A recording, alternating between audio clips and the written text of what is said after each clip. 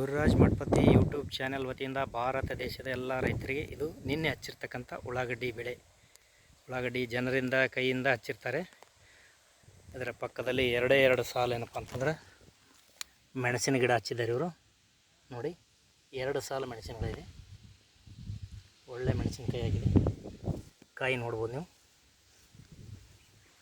ನೋಡಿ ಯಾವ ಥರ ಕಾಯಿ ಹತ್ತಿದೆ ಅಂಥೇಳಿ. ಸಣ್ಣ ಮೆಣಸಿನಕಾಯಿ ನೋಡಿ. ಇದರ ಪಕ್ಕದಲ್ಲಿ ಟೊಮ್ಯಾಟೊ ಬೆಳೆ ಇದೆ.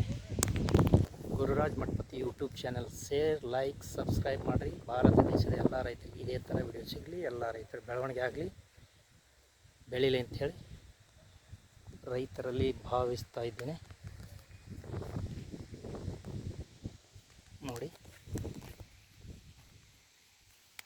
ನೋಡಿ ಇಲ್ಲಿ ಮೆಣಸಿನ ಗಿಡ 50ರಿಂದ 60 ಕಾಯಿಗಳಿವೆ. ಒಂದೇ ಗಿಡ ಇದೆ, ಕಾಣ್ತಾ ಇದೆ ನೋಡಿ. ನೋಡಿ ಮೇಲ್ಗಡೆ ಹೂಗಳಿದೆ. 2 ಸಾಲು ಮೆಣಸಿನ ಗಿಡ. ನೆಕ್ಸ್ಟ್ ಪಕ್ಕದಲ್ಲಿ ಏನಪ್ಪ ಅಂತಂದರೆ ಟೊಮ್ಯಾಟೊ ಬೆಳೆ ಇದೆ. ಇದರ ಪಕ್ಕದಲ್ಲಿ ಏನಪ್ಪ ಅಂತಂದರೆ ಉಳ್ಳಾಗಡ್ಡಿ ಇದೆ, ಈರುಳ್ಳಿ ಬೆಳೆ. ತುಂಬ ಧನ್ಯವಾದಗಳು ರೈತರಿಗೆ.